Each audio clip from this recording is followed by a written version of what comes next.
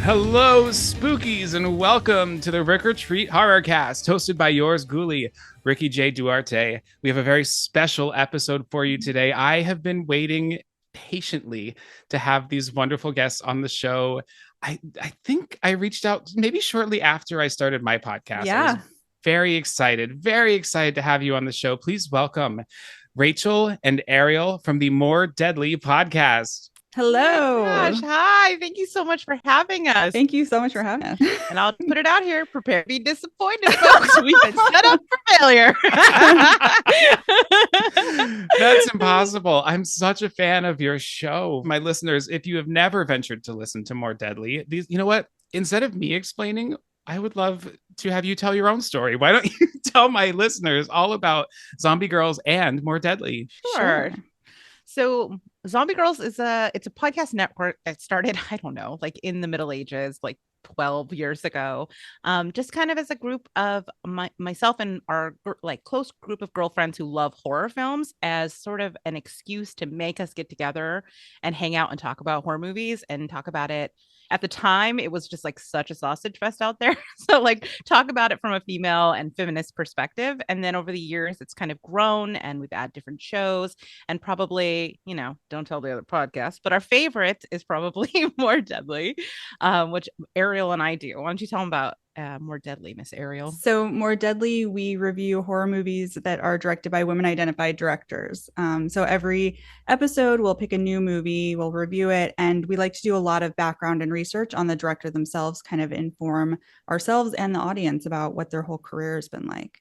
Yeah. And we interview as many of those directors as we can possibly get on our show too, which has been really fun and really rewarding. For sure. Yeah, I think it started like a reaction to an article from Jason Blumhouse. Yes.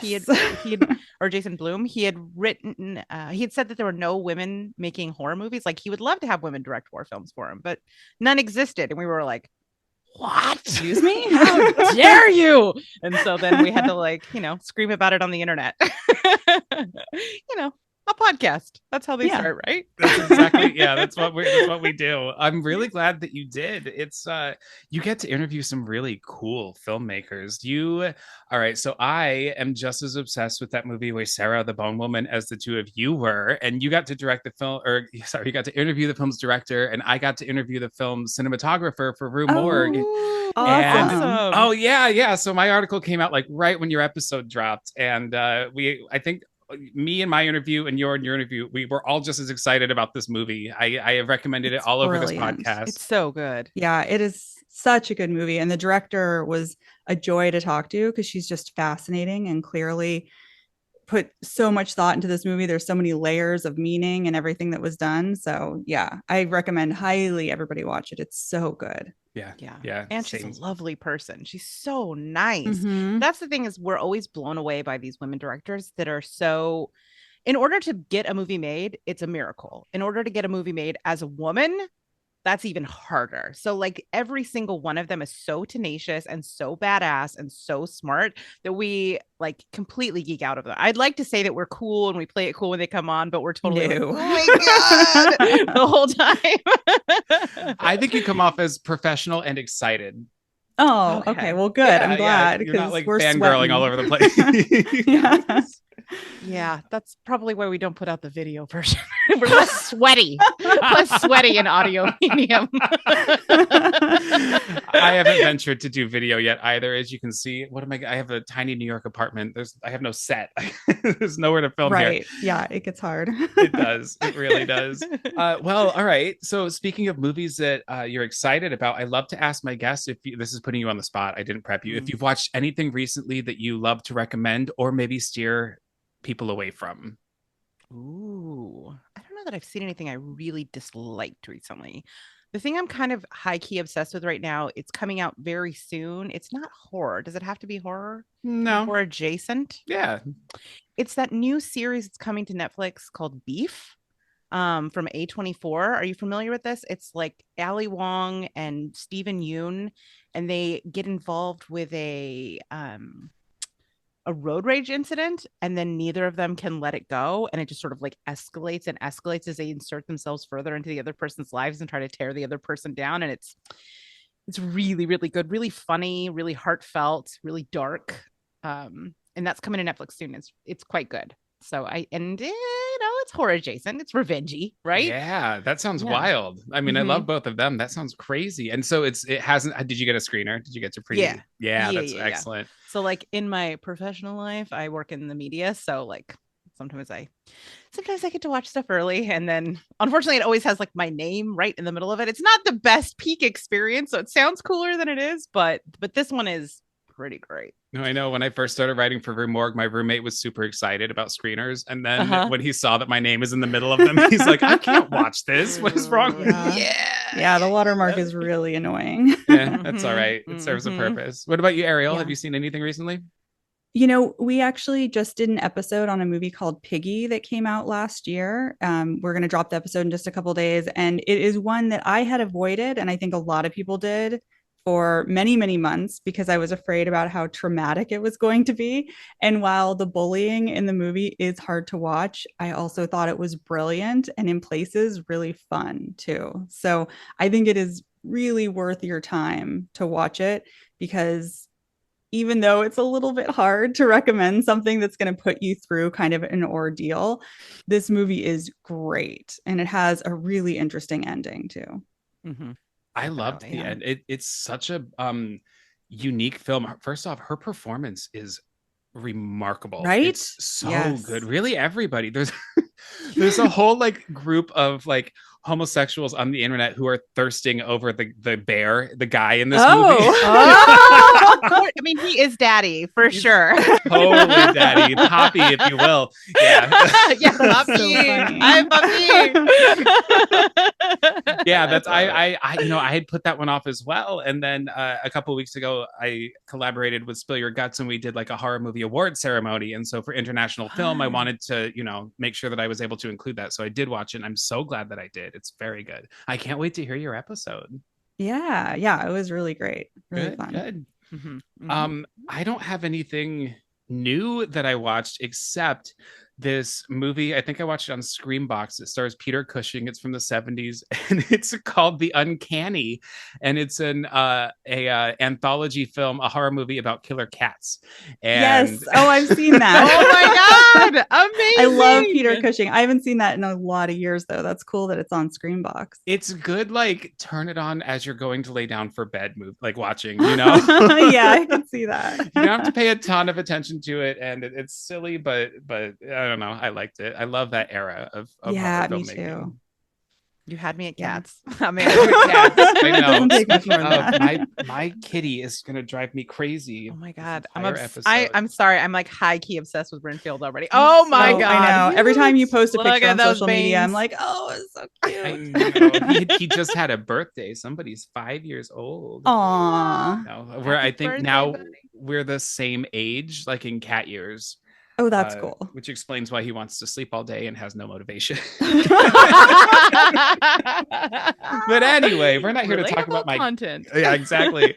We are not here to talk about my cat. We are here to talk about, frankly, one of the most batshit crazy movies I've ever seen in my entire life. We talked about a couple different films to talk about. I specifically wanted to talk about one coming from a female filmmaker because you were going to be my guest this week. And so, which one do we pick? And we talked about, Near Dark, which is such a incredible film, one of my absolute favorites. But then Blood Diner came to mind. I was watching what is it?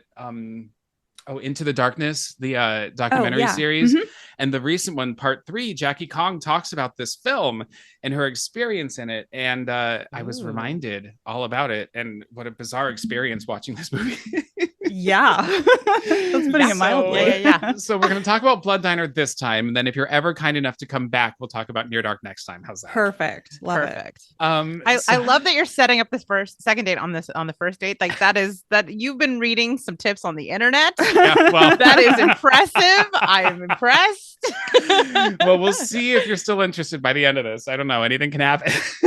I mean, the meet cute is going well. Oh, good. I'm glad we feel the same way. So yeah, Jackie Kong made 4 films in her career, and started out with The Being, which is a kind of mutant alien or mutant creature film. Have you seen The Being? No. I could not find it. It's not streaming anywhere, and I don't have like a DVD player or anything with which to view it, but it looks pretty insane. They also spoke about that on Into the Darkness as well.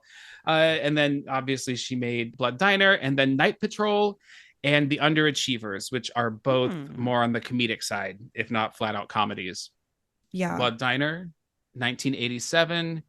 It's written by Michael Saunier, and it was initially going to be a sequel to Blood Feast from, is that 1963, I think? That sounds right. Yeah. Essentially like the first splatter flick, right? Directed by Herschel Gordon Lewis. He did a string of these very bizarre, one of a kind, like very shocking at its time films. And I don't think that this over the course of writing it, it shifted from being a sequel to being a tribute. But in a lot of ways, it's kind of like just a really bizarre remake. Really? Oh, really?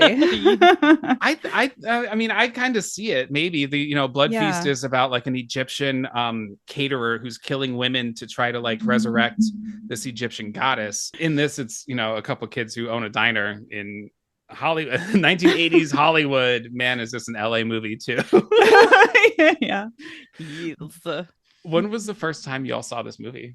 That's an interesting story. That is an interesting story. Tell the tale. So it is very, very much linked to the origin story of Ariel and I, believe it or not.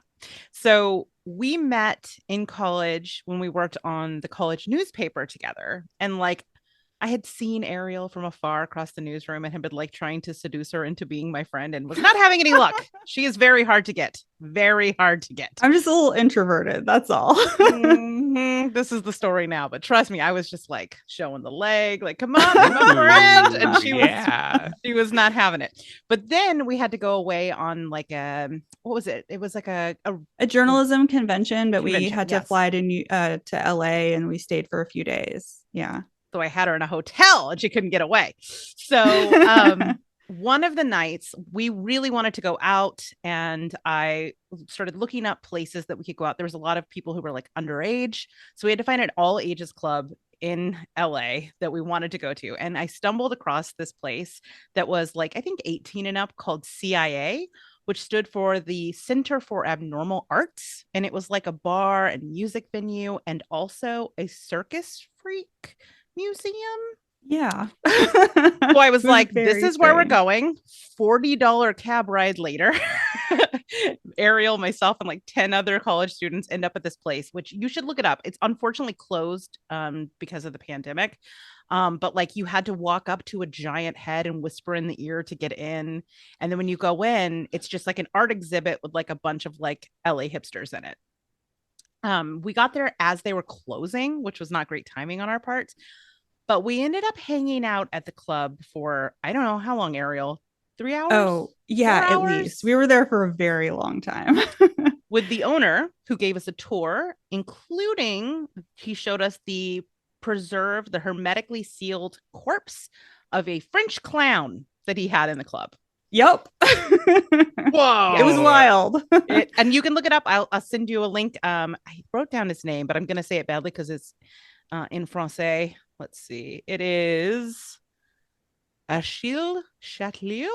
who was a French circus performer. According to Ripley's Believe It or Not, his last wish was when he passed away over 100 years ago was for his corpse to be on display forever in clown makeup and a Shriner outfit, which can confirm he is. This is something you can like wish for. Like this can happen. I guess. Right. I don't want my body turned into a tree or shot into outer space. I want to be dressed as a clown and mummified.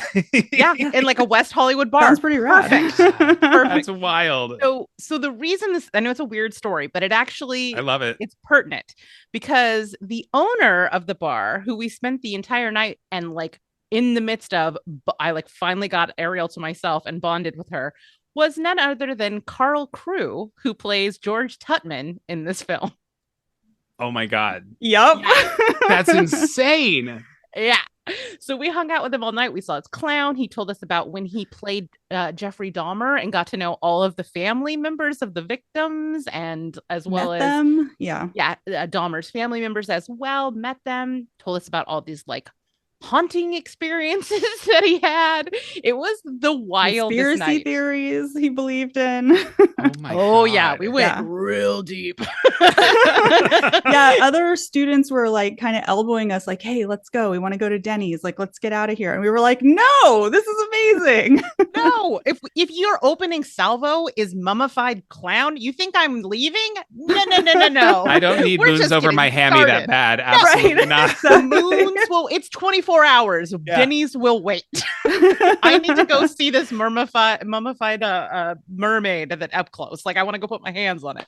But honestly, the greatest exhibit was Carl himself. He is like, you think George Tutman is wild? Pfft, meet Carl Crew. He is a character. This is crazy. I was actually, because I watched it twice this week to prepare, and I was sitting there thinking, this guy's got to be insane in real life. Like he's got to be such a nutter to play this wacko, you know, this like daffy, bizarre character. Holy cow. Can confirm. Yeah. And then once we got back, Rachel threw a little party at her house, a viewing party where we all got together and watched Blood Diner.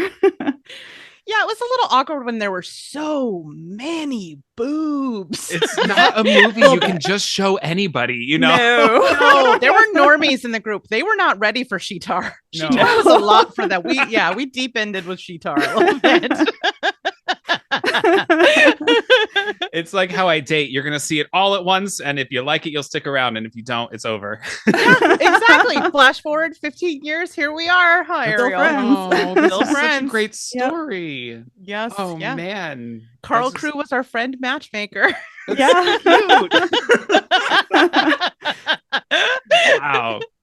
That's better than my story. That's an excellent story. No, I want to hear your story. What's your story? It's not a story. I had never heard of this film, and then I'm sitting at home in quarantine, and I think it was on Amazon Prime at the time, and I've worked in restaurants my entire life, so I thought Blood Diner, why not? And I turned it on, and there was nothing to prepare me for the tone of this film. No. I didn't realize it was a comedy question mark, or you know what? I just didn't know anything that I was walking into. So by the climactic scene, my jaw was on the floor. And then I tried to show it to my roommate because he loves, you know, these kinds of movies too. But I think it was even maybe a little too out there for him. And so it's hard. I think it's hard sometimes to find other people who would even know this it. movie and can like look at it and kind of appreciate what's going on in it, you know? It's a lot. It's almost one that you have to apologize for. Or here's the thing, listeners. I'm going to give this disclaimer right now. This movie is offensive. And instead of listing what 50, are we talking about? instead of listing like 50 different trigger warnings, just understand something in this movie is going to happen that's probably offensive to you. Yeah. And, you know, this movie would not be made now. This movie would not be made 10 years ago, 20 years ago. In my opinion, this film is so 1987 because it is it's what we learn when we push the envelope too far. When we walk too closely to God, this is what happens. Yeah, we're too busy asking, could we, to ask, should we? Yeah, Should we? It's the excess of the 80s just to the max, and whether that's for good or bad, I still don't know the answer to. But I mean, it's deeply punk. You know what I mean? Like whether it's audacious, whether you like it or not, that's a taste thing. That's fine. But I think we can all agree it is transgressive and absolutely goes there fearlessly. That's absolutely true. And hold on one second. No, I love it. Never apologize. Oh, the feet. I saw the feet. He gets wrapped up in the cord and then okay. All right. We're back. What I think makes this movie so interesting to me is that this is a female film director. And so all of these things that you would typically typically see coming from like a male storyteller are being showcased by a woman, and it blows your mind, you know? Yeah. I mean, it's a largely female crew, period. Yes. Like the financiers, like almost like all women. Several of the key positions were all women. The reason this movie got made is because a bunch of ladies were like, this is the movie we're going to make. Yeah. Well, Jackie on that documentary says she wanted to include female crew members and female like co-workers, and also a very diverse group of people as well. So in this movie, you will see people of all sorts of backgrounds, all ethnicities. I mean, it's incredibly inclusive. Yeah. Which is so cool because, again, you just don't see it. Yep. Especially not even that puppets. Time. Even puppets are everybody's welcome. We need to talk about that the ventriloquist dummy in the we need to talk about the rival ventriloquist dummy, because I had forgotten about that. Valentino. And I was like, am I having a flashback? Are my 20s coming back to haunt me? What's happening? There's a fever dream element to this movie that is unexplainable. Here's the thing is, like, yes, it is a comedy, it's a horror comedy, but it achieves this tone that I hope you guys can help me by the end of this episode try to phrase what this movie feels like when you're watching it, because it's not, I don't think it's like John Waters meets TCM2. Yeah. Oh, I can see that. I can see that a little bit. Oh my God, there is works. A John Waters quality to it for sure, because it's like this combination of absurdist comedy and like raunchy humor, but also the plot and character development is completely tangential to just like ridiculous set pieces crammed in there a mile high, you know? Yeah, like let's just put as much into this movie as we possibly can. Well, it moves a million miles an hour. Yeah. So if you miss one line of dialogue, you don't understand that SHEETAR has to arise when the Jupiter is aligned with the moon, or, you know. That's not a plot. It's so funny you say John Waters. I wrote in my notes the archaeologist character. She's so frantic and frazzled and angry, and like I was like, this is a John Waters character. Yeah. Like I could see Nick Stoll playing that character. Oh, what could have been? Yeah. All right. So I'm going to take a moment, if it's okay, and go through our primary cast of characters. Yeah. Now, a lot of these people only worked in this film, so Rick Burks as Michael Tutman. He unfortunately passed away 2 years after this film. It was an accident. Yeah. I guess his friend was driving and his friend hit something and then fled the scene. And it's really sad. He was a songwriter and a guitarist in addition to his acting as well. Acting, I think, was like not something he was as passionate about as his music. And it's a real bummer because I think he's really great in this movie. Yeah, he is. I mean, he carries a lot of it too. Yeah, he did. Well, and so Carl Crew, as we mentioned, as his brother George and Michael, if that's on purpose or not, but as his brother George Tutman, who, so if this is like Sonny and Cher, Carl is, or George is the Cher and Michael is the straight man. Michael's the Sonny for sure. Yeah. Does an incredible job being just absolutely batshit. We have Lynette LaFrance as Sheba Jackson. If anything were to ever have come from this film, it should have been a spin-off where we just follow the daily life of Sheba as a LAPD officer. She is fantastic. Nobody ever talks about her. She's so good in this. She's so like, I mean, the camp across the board is so high, but she is like a star in this. It's her reactions to what's going on around her. It's like she's in a different movie than everybody else, but she's she's just going along with what's happening, you know? Yeah. We have Roger Dower as Mark Shepard. All right. This whole movie is dubbed. Voices are dubbed over. It cannot be this actor who's dubbing this guy's voice. He sounds like a little leaguer. Yeah, the dubbing is so strange. Yeah, I had forgotten about that fact when I started Yeah. watching it, and I was like, what is happening? Is my audio like out of sync? What is going on? But no, it's just that I don't know, 80% of this movie was dubbed. I couldn't find any So evidence odd. as to why. I guess when it was released on Blu-ray, there is a like a featurette with some of the cast talking about the movie, and I couldn't get my hands on it. Yeah. And again, I don't have a Blu-ray player, so the features are not available on the internet that I could find. So no idea if there's any explanation for that. We have Lisa Guggenheim as Connie Stanton, Max Morris as Chief Miller, Roxanne Sibel as Little Michael, and which did you know that a little girl plays Little Michael? No. I did Yeah. not realize Oh. that. Interesting. We have Sir Roddenhever as Little George, Drew Gadaris as Uncle Anwar Namtut, and Tanya, Papa Nicholas as Sheetar / Bitsy. Oh, and then I guess worth mentioning is Michael Barton as Vitamin. What a strange Right. character. Oh my God. John Barton Shields as Little Jimmy Hitler, and an assortment of cheerleaders Yeah. who don't last long. 500% more Hitler references in this than I remembered I know, as because- well. I was like, that's a lot of little mustaches. Yeah, I don't know that I remembered all this. Yeah, I mean, both the wrestler and like the backup singers for the band are in Hitler costumes too. Yeah. And I What was noticed up with another that? one. I noticed another one today when I watched it. In the opening scene, there's a Time magazine in the year 1962, a Time magazine, and it's got Nazis on it. And then it moves to another Time magazine, and it's got astronauts on it. It's Bizarre. like hidden Mickeys, but Nazis.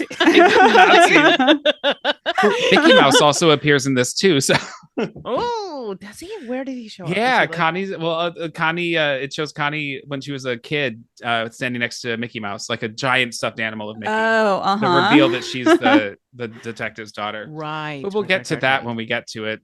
The movie did not get great reviews and received a limited release. The New York Times, oh my God, what did they call it? Something swill, something, they just hated it. Got a kind of a lame DVD release in 2011, but did, like I said, get a Blu-ray in 2016, I believe. It has definitely garnered a cult following. And why don't we go ahead and talk about this movie, shall we? Yeah, let's get into it. yeah, let's do Let's it. go Rick or treating. I love it.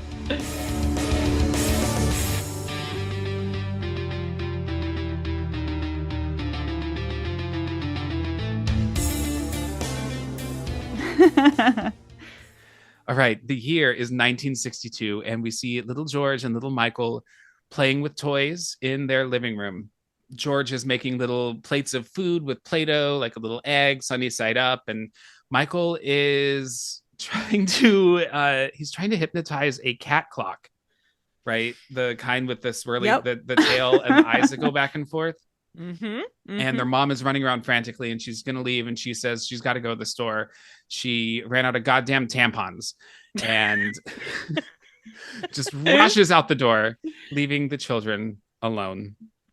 We see a point of view angle of somebody breathing heavily, assuming a killer approaching the house, and over the radio we hear that an all-girls glee club was slayed, and the assailant had a meat cleaver in one hand and his genitals in another. And then the music just goes back to like 50s doo-wop music. There's a lot of doo-wop music in this movie. This movie has like a rockabilly sensibility, but yeah. but it doesn't fully commit, you know? Nope. Like you'll just see a greaser in the background and expect to be okay. You're expected to be okay with it. Mm-hmm.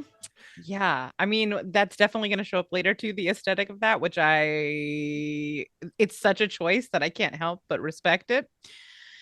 I'm gonna say it now. I rocked a pompadour for a number of years. Oh, Yes! I went through my that. rockabilly phase. This like beautiful bald head used to have gorgeous thick hair, and I'm convinced it was all of the product and gel and mousse that I had to use that made it fall out.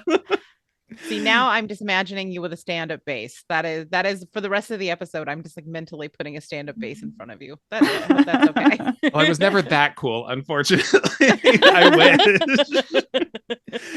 So Michael also tries to hypnotize the dog. I don't think they ever come out and say it, but he has these like hypnosis powers. Yes. Yeah. Yeah, it's very odd.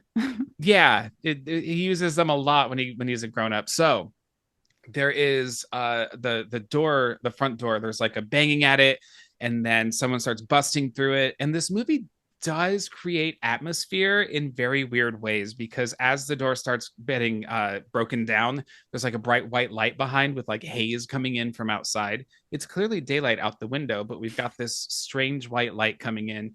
Anyway, someone busts in with a meat cleaver and he's covered with blood, and the little boys go, Uncle Anwar.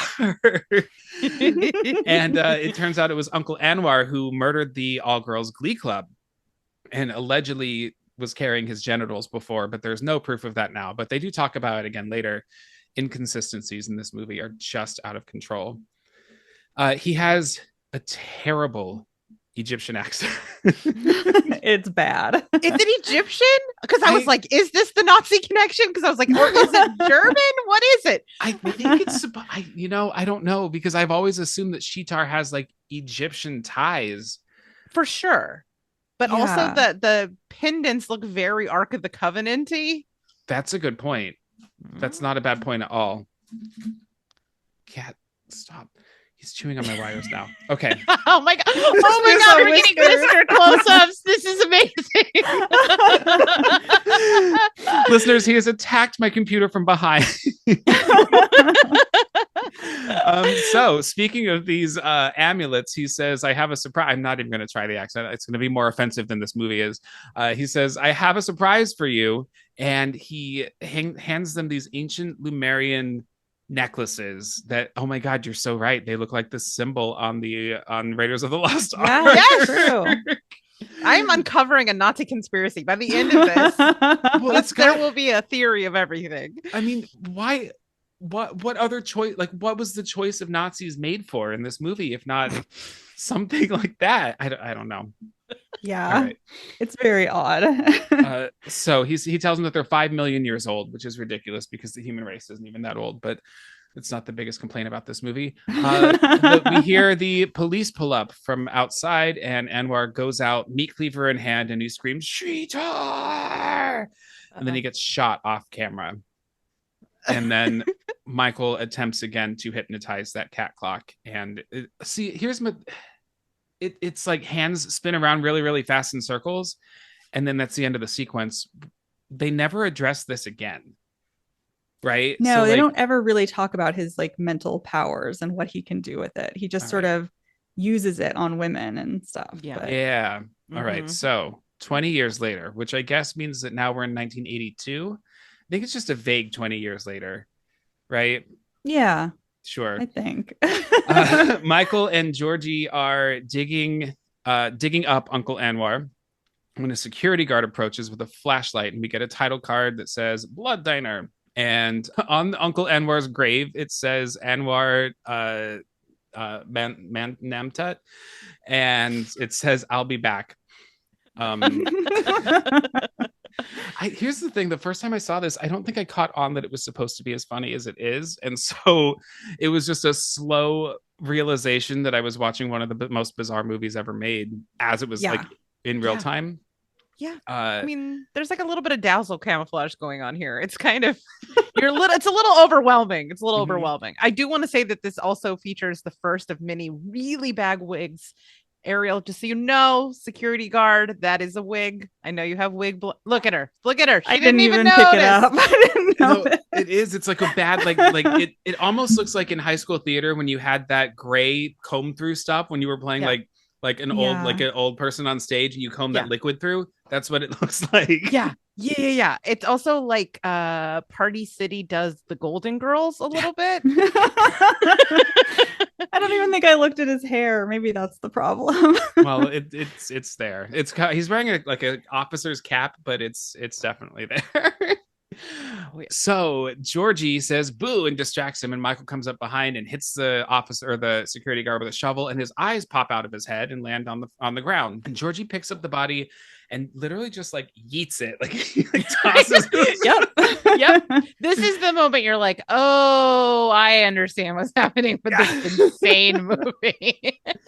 So they pop open the coffin, and Anwar's arm raises. Michael says he must be happy to see us. They essentially they want to resurrect their uncle Anwar to complete this ritual that Anwar was unable to finish because he got distracted by the Glee Club girls, got his genitals cut off, and then got shot by the police.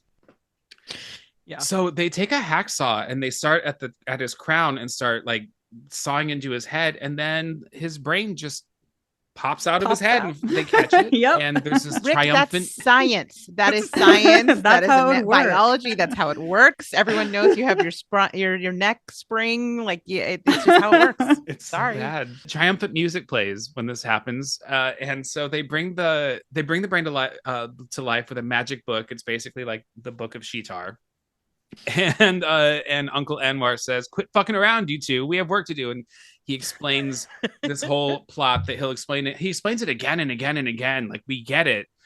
So we cut to the police department, and the police chief is talking about cannibals and grave robbers. And there's this biker gang that they think are cannibals. But they found a security guard with his eyes knocked out, and his body was hacked to bits and strewn apart like some ungodly jigsaw puzzle. And we meet Detective Mark, who has a weird high-pitched voice, but he doesn't look like he should. I agree. It's a little mismatched. Yeah, completely. The chief tells him about his new partner who broke the enema bag case wide open by posing as a sex surrogate. Yep. I don't want to know any That's more something detail. that was added for some reason to this movie. I mean, these details are just so weird. Yes. And he is like instantly a human sexual harassment video. Like, oh my God. Honestly, I feel like his tongue is the most offensive part of this movie. And he uses it so much. Yes.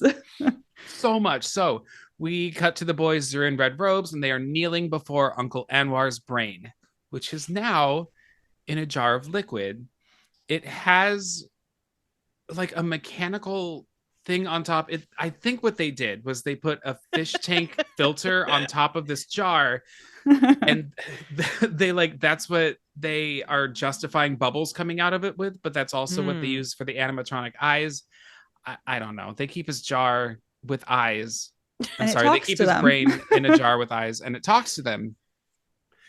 Where did the eyes come from? Are these the security guard's eyes? I was wondering that, but I don't know. Yeah, I mean, I guess I think they're supposed to be Anwar's eyes. I think so too. Yeah, I'm reading they sort of look too far. connected. Yeah, is this the part, Ariel, that led you to be like, I think Tammy and the T-Rex ripped off Blood Diner? Yeah. Because if you've never seen Tammy and the T-Rex, at the end, her boyfriend's brain is in a jar. Yeah. And it's, can talk to her and Paul has Walker, sexual right? feelings. Was it Paul Walker? Yes. Yeah. Yes. That's a bizarre film. Yes. It sure is. All right. So he's basically initiating the boys into the cult of SHEETAR. He informs them that they have to be celibate for what he has planned to work. The night that he came to see them when they were little boys, he lost his genitals and his life because of his lack of discipline with the Glee Club girls. Couldn't stop myself from indulging. You boys must stay celibate. This is a mission I failed to accomplish in my lifetime. So sex is distracting. It tells him you have to construct a SHEETAR from the body parts of many immoral girls for the ceremony to take place. Michael, go find a virgin to sacrifice at the SHEETAR ceremony. And George, cook a blood buffet that will summon the goddess to inhabit the body you have constructed for her. And then they all say, SHEETAR. How much cocaine went into the writing of this plot? I'm just picturing right off camera just a nice little table full of lines prepped for everybody. As soon as they say cut, everyone does another line. Yeah, this is This is Yeah. madness. This is some cokey coke writing. I mean, I love it and I appreciate it, but I don't think you end up at, with the blood diner and the genitals and if there is not at least a little bit of cocaine involved. And I think there was more than a little bit involved. Yeah, copious amounts. Stephen King levels of cocaine. Yeah. Yeah. So SHEETAR is an immortal goddess. She's more powerful than Superman. And they're gonna essentially Anwar is gonna do the choosing for them, but they have to kind of be his body because he's just a talking brain in a jar. Yeah. We cut to Georgie. They work in this vegetarian diner, and he's chopping up vegetables and watching pro wrestling, and he gets really like amped up watching this one pro wrestler, Jimmy Hitler, who we will revisit later. He wears this like cartoonish chef's hat, like a pizza pie kind of. Pizza ghost. Yeah. Ariel. Pizza. There's a bunch of high school cheerleaders sitting at a booth. Connie is with them, and these cheerleaders are talking about how we want to do a nude aerobics video.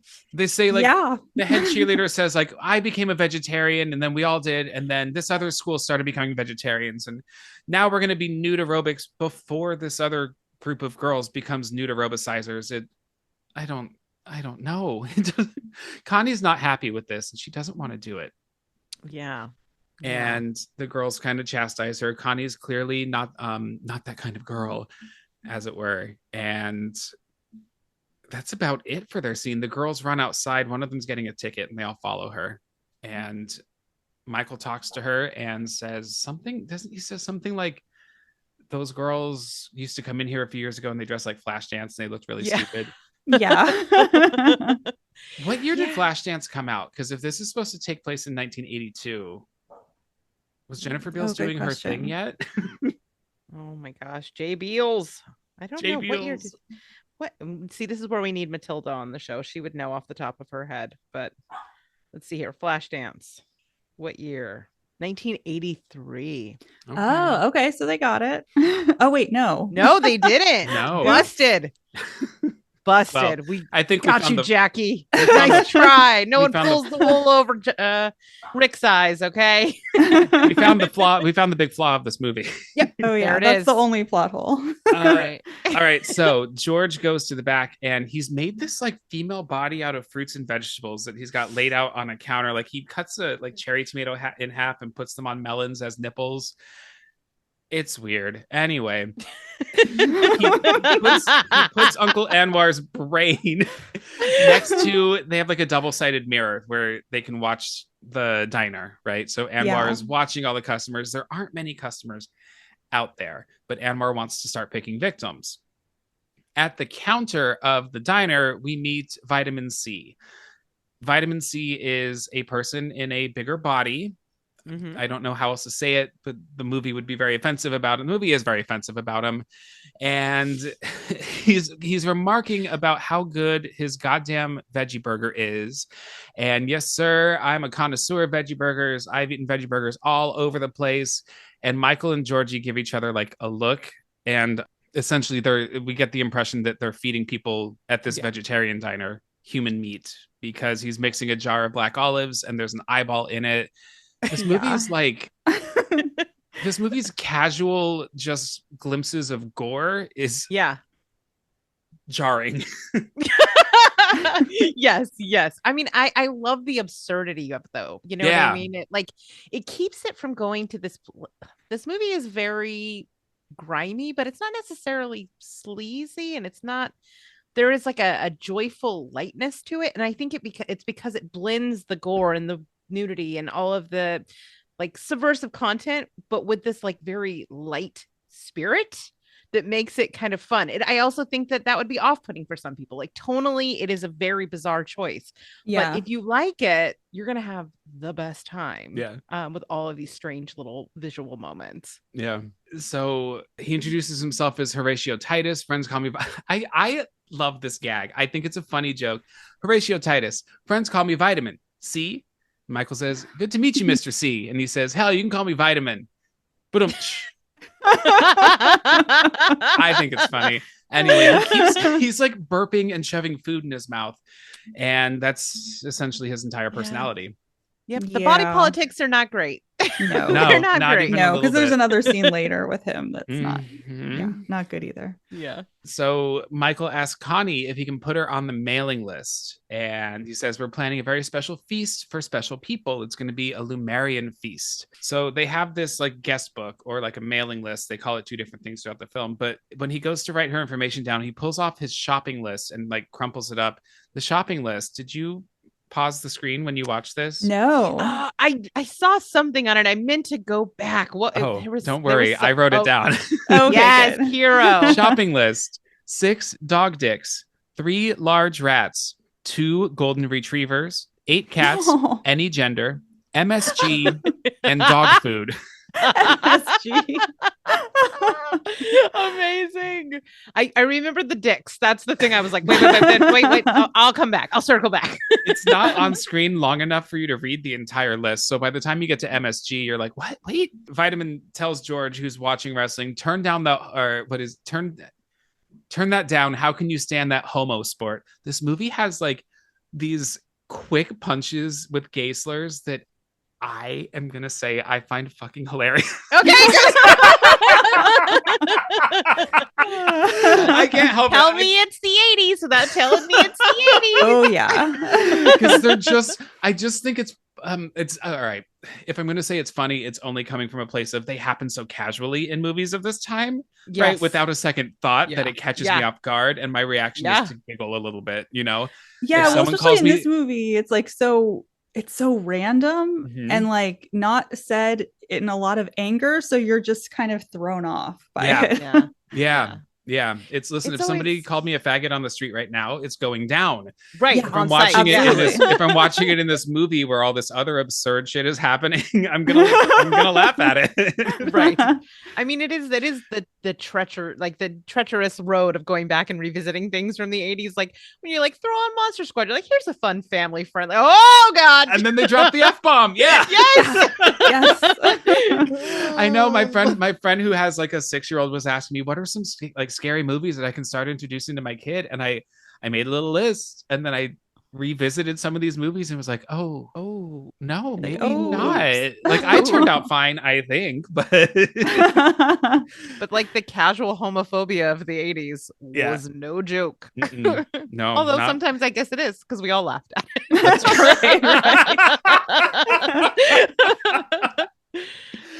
right. So Michael seems to be hypnotizing Connie to come back sometime, and he does this weird thing with his eyes. Here's the thing, and it's no secret.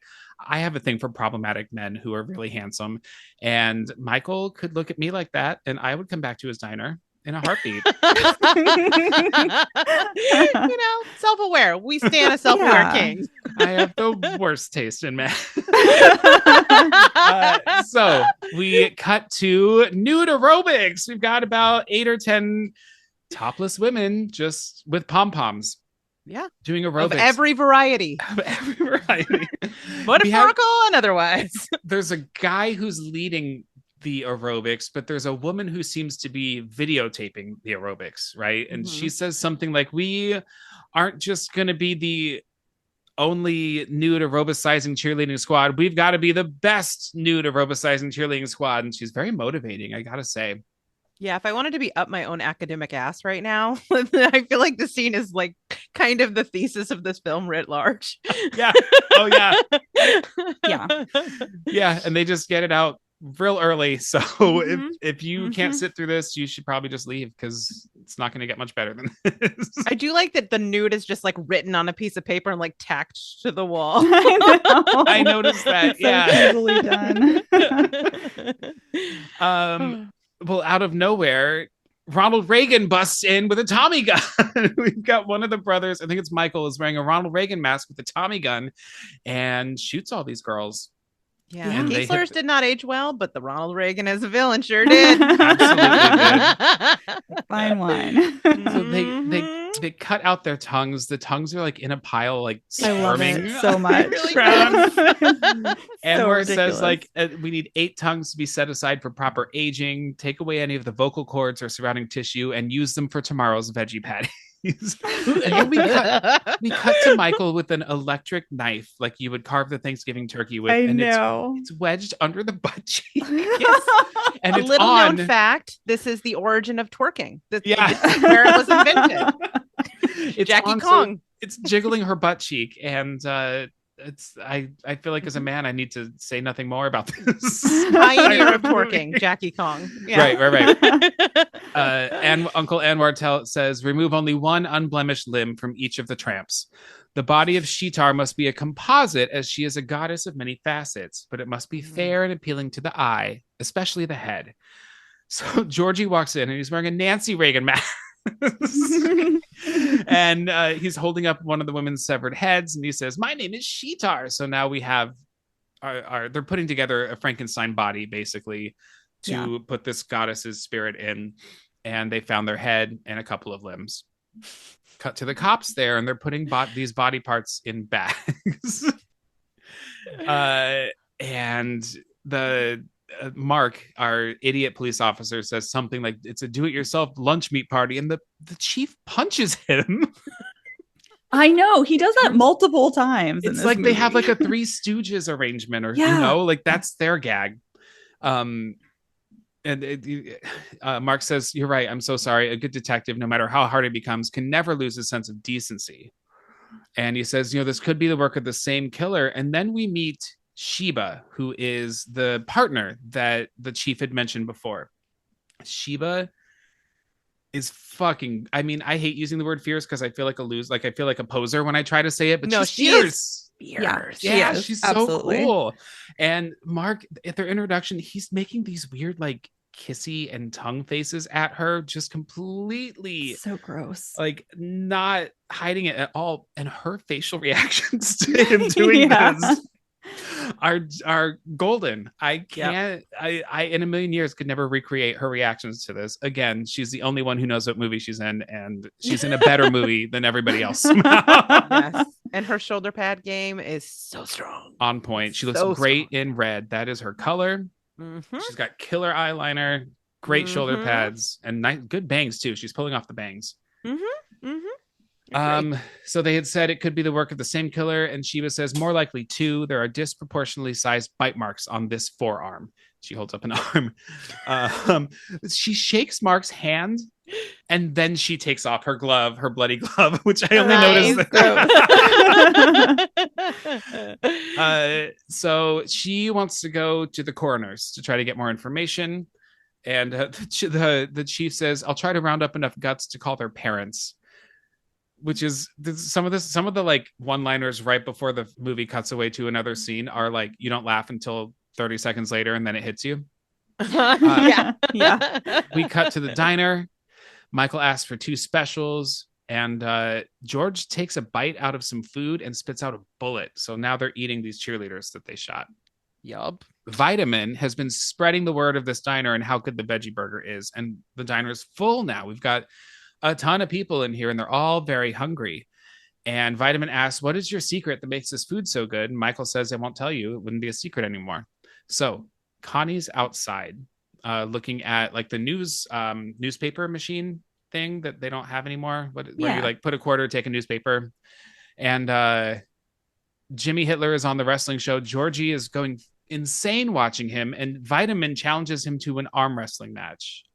Georgie jumps over the counter and puts him in a headlock, which causes Vitamin to throw up all over everybody. Oh yeah, he just projectile vomits all over the whole diner. It's so gross. It's disgusting. And again, out of nowhere. And what movie are we watching? Yeah, and then it's just over, and he goes back to eating his meal happily. Yeah, later it shows Michael like wiping vomit off of his face, and he says something like, oh, now I gotta start all over. Gross. Oh my god, this movie. Trigger warning for vomit. So Connie's outside. Michael goes to talk to her, and she's upset because she says, I knew those girls, meaning the cheerleaders who got massacred, and if she'd gone to that taping, she would have died too. Michael offers her protection. She calls him a guardian angel, and he gives her his sacred amulet. He says it's very old and very powerful. It represents the ancient goddess SHEETAR. From now on, you belong to her. She has no idea that he plans to sacrifice her as a virgin at the ceremony. she says, I only mention this because it comes into play later. She says, oh, I guess I have 2 guardian angels in one day. Wait till I tell my father. No, and he says, don't tell anybody. It's between you and SHEETAR.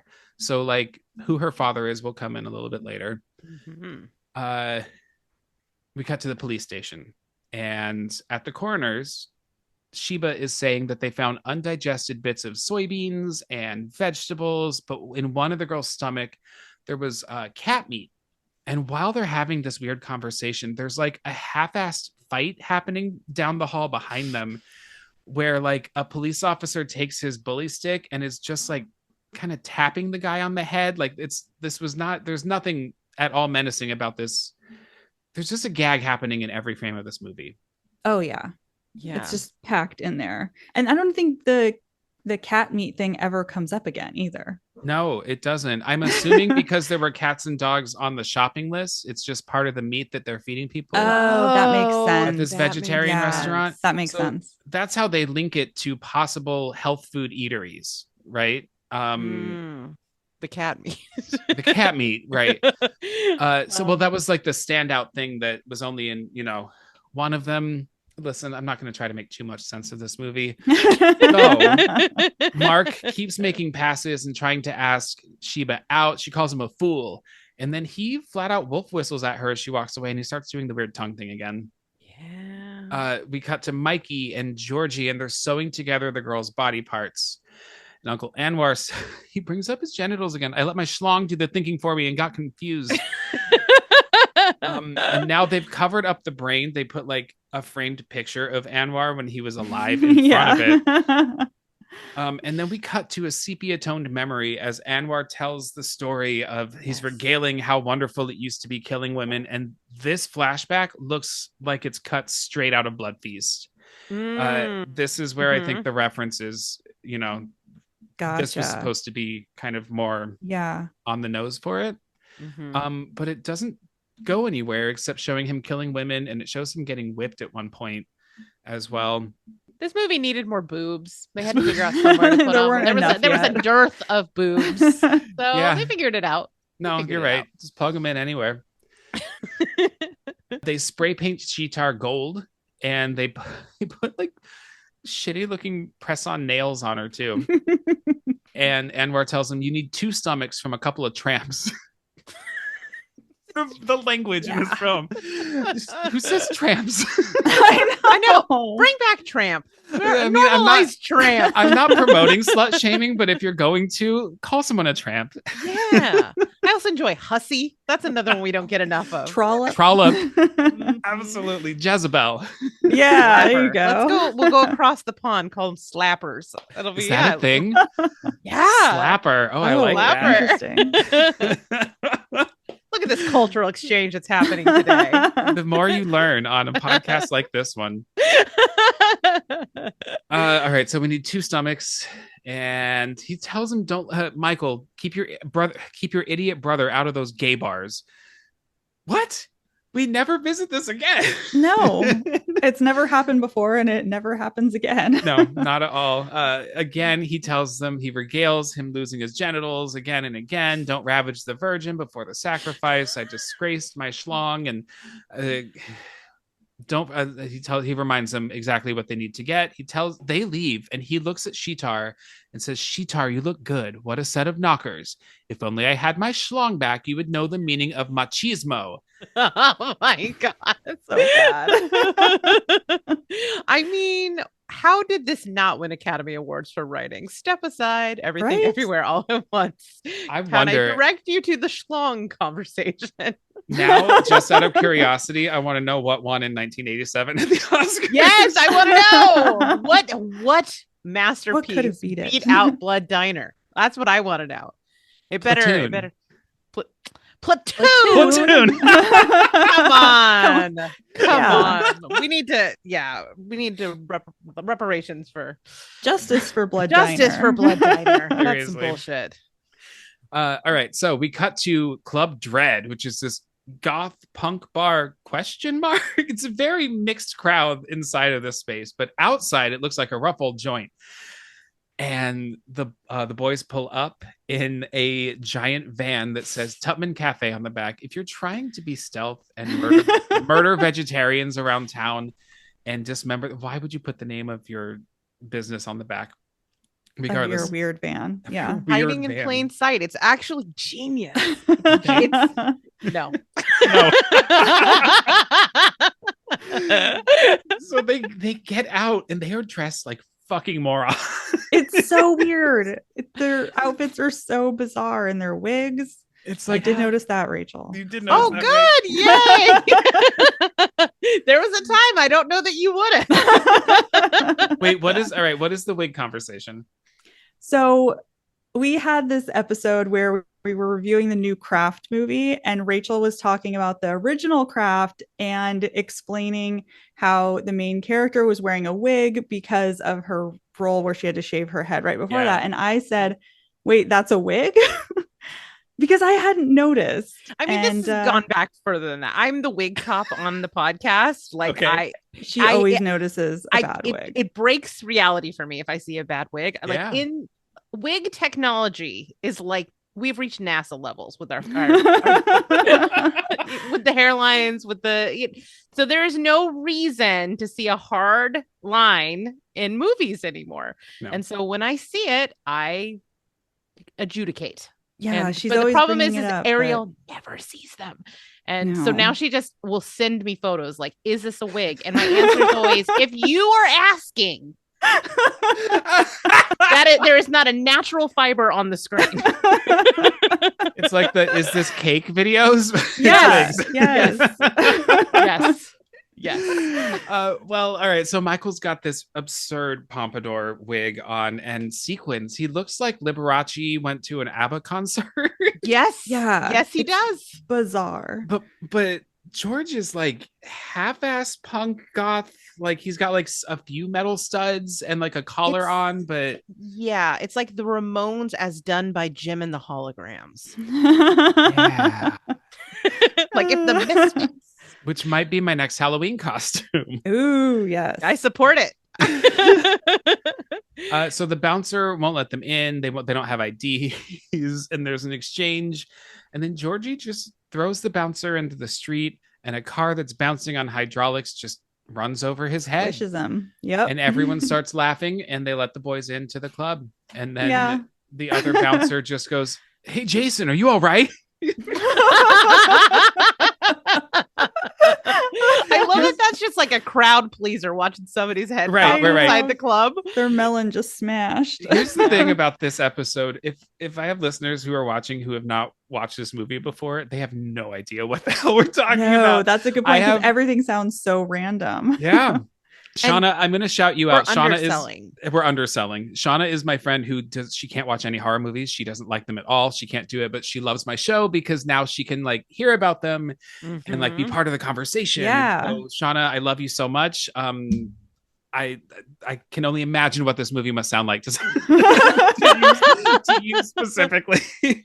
Can she look at screen grabs? Can you just send her like a handful of just brain in a jar, random images? Yeah, Pompadour, Ramones. I think she could handle the ones that you've listed. Yes, for sure. Okay. Maybe not from the climax of this film. But all right, so anyway, the boys they go into the bar, and Michael tells George, "You got to be cool," and he starts snapping his fingers like he's in like a jazz lounge or something, and that's what cool looks like to him. Wait, apparently. Is that not what cool looks like? That would explain why no one will talk to me at the bar. It's the sequins and the snapping. Damn it! You can have one or the other. You can't have both. Sophie's choice, man. We also have like a doo-wop group, kind of like the Temptations on stage, singing a song called Shake It Out, and everybody's dancing, but like this is not a group of people who you would expect to be dancing to a doo-wop group. Like it's like 80s punk kids dancing to late 50s, early 60s. Yeah. It's a weird combination. From the dancing is the strange. Future. Yeah, that's it. It's like the band from Back to the Future. The movie, like all of these references to 50s culture, is it because it's about a diner and diners bring a 50s nostalgia factor? Oh, maybe. Yes. I can see that. I feel like the 80s were obsessed with the 50s though. That was Mhm. like, you know how like right now The we're all about greaser. Y2K? Like Yeah. the 80s were obsessed with the 50s. Yeah, that's true. Mm-hmm. All right. Well, basically they're looking for trashy girls. I mean, this feels like a target-rich environment, to be honest. Yes, absolutely. And they look at a couple girls and they say, no, not trashy enough. Those ones. And they beckon for these girls to come across. And they have a dumb conversation where the girls say, we thought you were in a band. And the guy's like, we are. Our LP's called Blood Hunger by the Sons of SHEETAR. It's mindless. So, I but mean, then I've heard worse lines. actually, that sounds like an album I would have listened to in high school. Right? Right? Like you could really work up some angst to a sheet like from the Sheetars. But then Michael says this line, and I wrote it down word for word. Hey, listen, this dive's really a crashing bore. Come back to our is so strange. like, Who talks like that? nobody.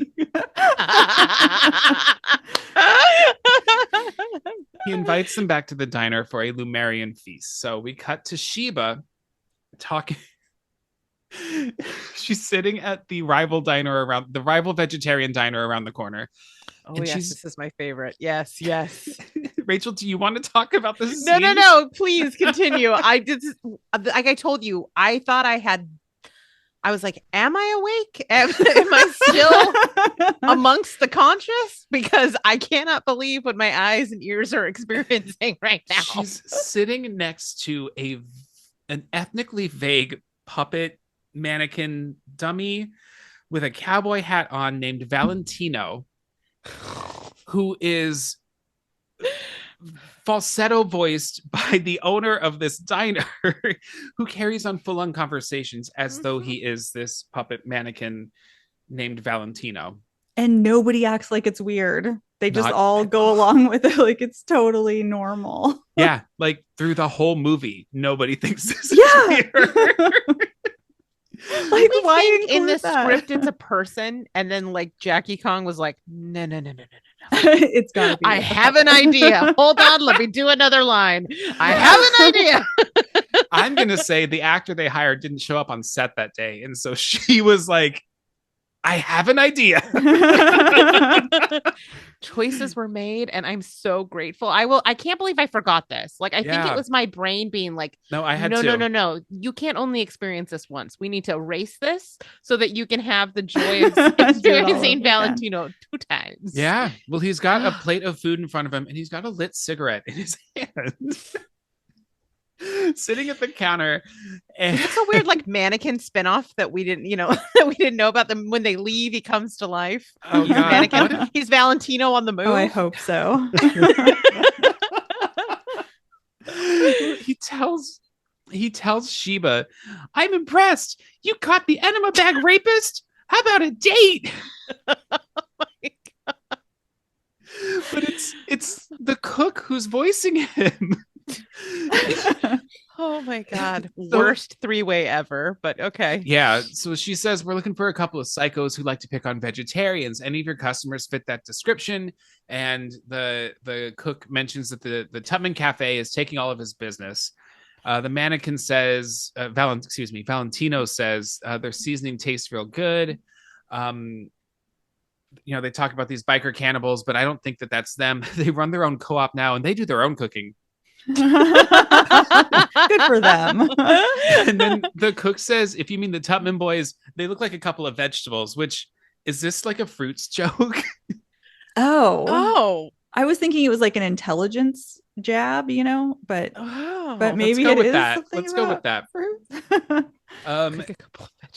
So on her way out the door, she was about to leave, and Valentino says, if you're not busy later, let's head down to Club Dread and Boogie. I'll wear my platforms. And Sheba goes, don't worry, honey. For you, I'll get down on my knees and boogie. She walks out. What? Who wrote this? Yeah, offering a blowy to a puppet is an interesting last line as you walk out. I don't want to know anything else about that. Cat, get out of the way. No. No. I usually cut all my cat stuff out of the episode. I am not doing it this time. I'm gonna have to confess, I may have taken a screenshot at one point where it's just whiskers. I'll share it with you after. We've just been viewing you through like a curtain of fur whiskers. I understand some things are meant just for us and they're fleeting moments you only can experience if you are present. Some things must be documented, and you threw a screen of Renfield whiskers is one of them. I permit it. That sounds adorable. I can't wait to see it. So when they leave, Valentino encourages Stan to go spy on the Tuts. The Tutmans and the Tuts. and Stan the cook says, I'd give my right arm for that secret recipe. Keep that in mind. So we cut to the cafe. Michael and his tramp are making out, and George takes his tramp to the back room. And so Michael's girl says, I'm so hot, let's do something kinky. Michael says, ever hear of battered girlfriends? Sounds fun. So slathers her in batter. Yeah. As you do. As you do. And like no kink shaming here. Some kink asking why, but no kink shaming. Gunge, right? Gunge is food play. So sure, we'll call it that. But like she's fully naked and she's completely covered in this batter. And then he shoves her head in the fryer. Yeah, and just deep fries her noggin. When it comes out, it looks like a giant hush puppy. It's my favorite visual gag in the movie. Because you're like, this is kind of horrifying, and like, I mean, it's silly, but also like, you know, you can't help but think about how grotesque and horrible a way to die this is, and then out comes that hush puppy, and you're like, never mind. I can't believe I doubted you, Jackie. And she runs around the diner again, still nude, covered in batter, and he takes a broom and he whacks that head, and it flies off of her body and flies into the back of the restaurant where George is making out with his girl. And it lands right next to them, and they do not react at all. Nope. She goes so far as to step over it and says, I just want to go home. Like, my friend's in trouble. I'm over it. I want to go home. And he gets mad. And she backs up, and a closet opens, and a bunch of limbs and cheerleader pom-poms fall out onto the floor. Yeah. And she gets up and runs away screaming, but then she gets to the door and she goes, oh shit, I forgot my purse. Can't leave without it. Leave the purse. You didn't even have an iPhone. Like, just go. Right. Just go. Literally. Well, when she picks it up, everything falls out, and it's clear that everything that was in here is replaceable. Right, exactly. Right. Leave them tampons, girl. Like, go. Yeah, exactly. She's trying to fill her purse back up. She's not in as much of a hurry as she should be. Finally gets it all together, goes for the door, and George opens it, and he's got a meat cleaver in his hand, and he just splits her from the crown of her head down. Like, it's no big deal, just like super easy. Yeah, it's like that scene in Terrifier, but a lot faster and right side up. Yes. I gotta say, this is probably one of my favorite sequences of the whole film. It's just because it's so absurdist. Like, I mean, these back-to-back scenes, this is where the movie's really hitting its stride for me, where it's leaning into, like, the humor is really working for me, and the absurdity is really working for me with our boy Valentino. Yeah, I just love the gore in this is so slapstick, and it's got the 80s practical effects aesthetic to it, but like, it's so ridiculous and so slapstick that I feel like all of it's just fun, Yeah. And it I think there's a point in this movie where you just submit to it. Yes. And you just accept you just accept what you're watching. Yep. It's probably around this time. I think Yeah. Valentino the puppet is what breaks you. Yeah. And from there you're like, I'm a blood diner sub now. Yeah.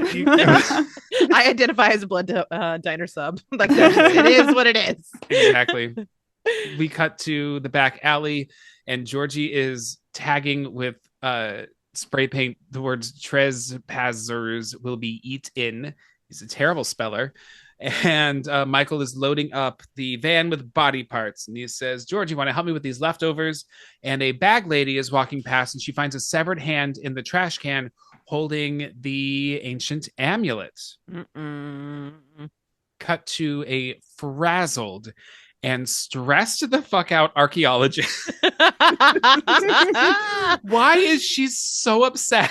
I know. I feel like they cut something of her. Like, I feel like they cut one of her scenes right before this. Oh, maybe. I don't know. There's a lot of grad students, maybe they're just driving her crazy. That's she wanted true. to retire, but she doesn't have tenure, and there's all these grad students. I'm just going to write my own fanfic. That's what's happening right now. I would totally watch a movie about her. Absolutely. She's yelling at people. Like, she's frantically explaining this, but she's also yelling at diggers. Like, a woman tries to hand her something and she goes, "It's just bones. Just label it and get back to work." I literally wrote, she's like a John Waters character. So she explains that people worshipped the goddess of black magic, SHEETAR, on the week prior to the ceremony of SHEETAR. This particular sect of Lumerians would have a wild orgy rife with debauchery, wine, food, and weird drugs. And lust would overtake them until the final day of the ceremony, when they'd have this great feast called the Amen Lunar SHEETAR Ra, which roughly translated means blood buffet. And we love a buffet. All of her grad students digging around her are like interested when she's saying like wine, food, drugs, weird sex. And then she says blood buffet, and everyone's like, what? It is expected that there are still some followers of this cult who did survive, and even in today's society, they continue to exist. And then she says, "What are you looking at, everybody? Get back to work!" And she's yelling at them. She continues yelling as Sheba and Mark are walking away having a conversation. And it's a whole, like, there's so much stage business happening back in like the background of this sequence. I know there's so much detail packed into every scene, like even kind of throwaway moments. There's just like a million things happening all around you. Yeah. And it's like sensory overload. Completely. You don't know what to do with this movie. Sheba comments, she says, "What's worse than your average maniac? A religious maniac." And for me, that is the most true statement of the entire film. Agreed. Yeah. Yeah. We cut to Anwar and the boys, and they're putting together this puree of maiden stew. And within the next 48 hours, the moon will align with Jupiter, and SHEETAR will take over the body that they've arranged. They pour some of it into his jar, and he calls it a regal flavor, which is bizarre because he doesn't have a mouth or a tongue or taste buds. But then again, he can talk without these things too. So right. He tells the boys, "Get the virgin over here by tomorrow." So we cut to the next day. It's the diner. It's busy, and they are passing out the special of the day, and it's this fried item. They're selling t-shirts. They are, George is selling like an aloe vera foot cream that's selling like hotcakes. It's all these quick lines that you miss. Everything just, there's so much like boom, boom, boom, boom dialogue in this movie that I never noticed the foot cream thing until today. So yeah, I missed that, but I do want a t-shirt. I do too. So, no, somebody on Public's got to be making that thing. You right? know they do. Absolutely. Maybe I'm about to start doing merch for my show. Maybe I'll do like my logo, like my name that looks like that logo. Yes. Amazing. No, do it. I will buy one. I will buy one. I'll send you one. How's that? Let me buy it. All right. So Anwar is looking through the two-way mirror, and there's a woman putting on lipstick right in front of him. And he says, "Add this slut to the sacrifice." And he tells the boys, "We need lungs and liver from 2 sluts." So they start selling this Lumerian stew to people. Like, people are eating it. And God, everything's happening at once. Michael won't charge Connie for her food, and Michael hypnotizes her and says, "Come out tonight. My brother's wrestling this Jimmy Hitler guy. Come with us." And so she's hypnotized, and she agrees to. And then a guy asks for a doggy bag, and Michael says, "As a server, I have thought this in my head many times. Hey, Georgie, want to take care of this customer for me?" I'm at a point in my server career where hiding my facial expressions is not as natural to me as it used to be. Gotcha. That's understandable. It's been literally 18 years, literally half of my life doing this. And it started I'm wearing down, you know? Yeah. That's very understandable. Yeah. I mean, people are terrible like most of the time, so I get it. Yeah.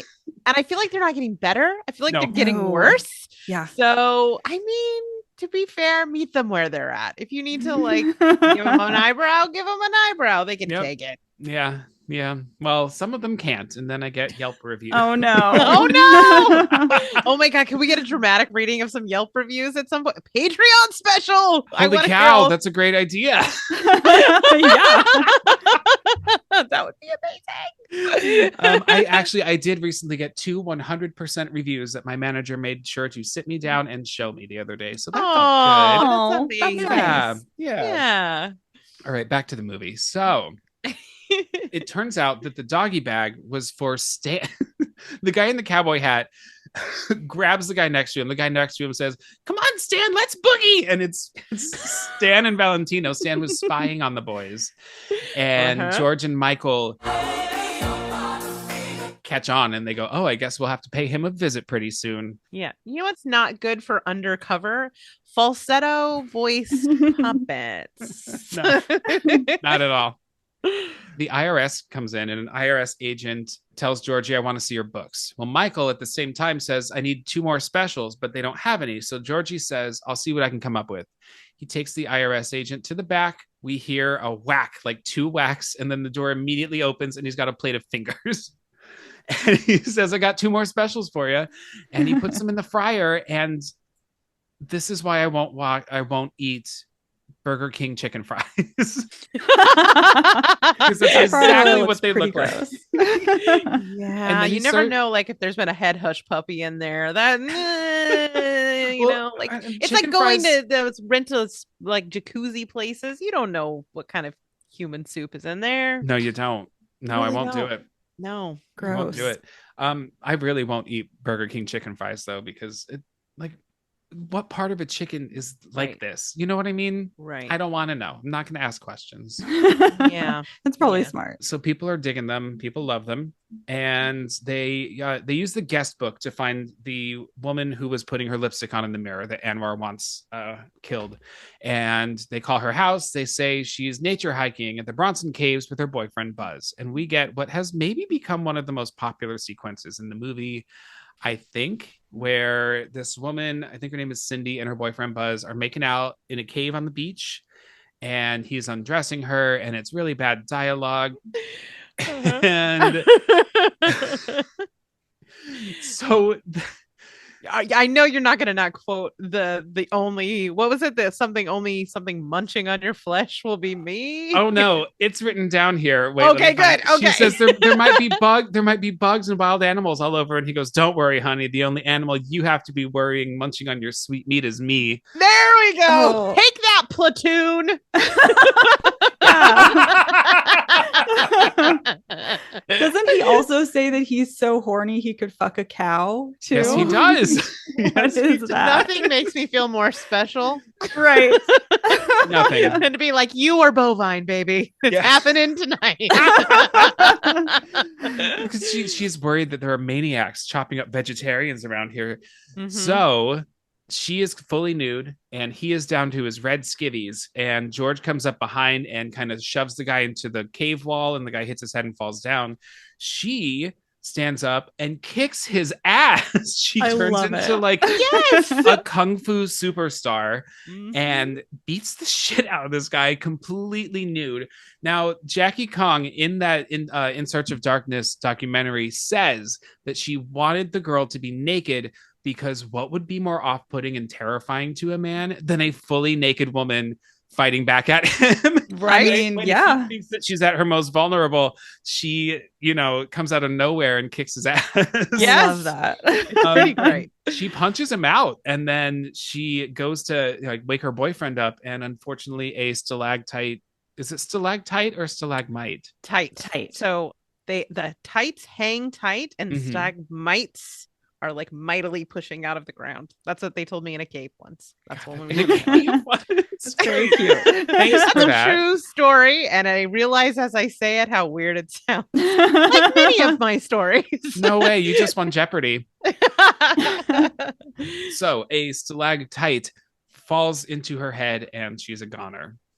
Yeah, that's too bad. She was awesome. Oh wait, before on George's way to the beach, Oh, right. Lest we forget, there is a biker whose bike is broken down, and Georgie, this like weird mambo song is playing. ICC, we want the mambo. ICC, we want the mambo. ICC, we want the mambo. Mambo.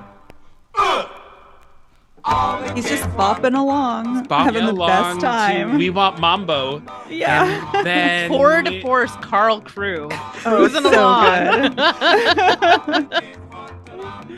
Well, the mambo at home, the mambo at school. Well, they know they got to mambo if they want to keep cool. ICC, we want he runs the guy over with a big old smile on his face, but the guy survives. So then he backs up over him. And no joke, this happens at least 10 times. Yeah, he does it over and over again. Yes. And he's so giddy while he's doing it, dancing to this mambo music. It's important to know what makes you happy in life, and I'm so glad that Carl has found it, or Carl, that Follow George your has found it. Follow your bliss. I'm glad to know that he was such a fucking weirdo in real life too. Oh yeah. But like kinda- super likable. Like Yeah. really, like I enjoyed his company very much, Mhm. but an absolute odd bodkin for sure. So cool. Mhm. All right, so then he goes to the beach. Then he gets killed, or then he kills a naked girl. Well, he doesn't kill her. Whatever. He gets his ass kicked. That whole sequence. We cut to the police at the beach, at the scene of the crime, and Buzz, the boyfriend, is just beside himself. He's very upset. Mark has his gun in his hand, and he whacks the guy in the head with it, and he's like, hey, snap out of it. And he's just waving this gun willy-nilly all over the place. Yes. Sheba thinks it's the work of a cult. And he kind of points it toward her head, and she says, "Don't point the gun. I mean, don't point that thing at me, fool." And she talks Could about really be anything with this movie, so I'm glad you specified. Absolutely right. She thinks it's the cult of Lumeria, but they're telling the police chief, the head guy, and he doesn't believe any of it. And they don't think that it's the biker cannibals either. He's the worst and the best cat. I love him. I'm obsessed. He's such a little agent of chaos, and I support it. He really is. The thing is, like, he was so chill and boring all day. He's showing off for company. Yeah, he's got to save up that energy. You're right. You're right. I'm actually surprised that I have not had any party crashers myself. Same with Ariel. So many of our episodes, like, there is an incident in every episode of like one of our cats like being unplugging destructive a cord. in some sort of way. Yeah. Yeah. I love it. I love it. I love it. Yep. So they mentioned that the case sounds like a case from 20 years ago that happened to another squad member named Paul Stanton, and the chief completely dismisses them. Mark scratches the head with his gun and it goes off, and that's the gag. So stupid. So stupid, but I love it. I actually really love the gag. It's so stupid. Yeah. And I think that's why. It's almost like we're almost like an airplane territory. Like Leslie Nielsen-esque. borderline. Yeah. Borderline Mhm. that level of slapstick. Yeah. We cut to the diner, and they're sucking the blood out of a body for the buffet.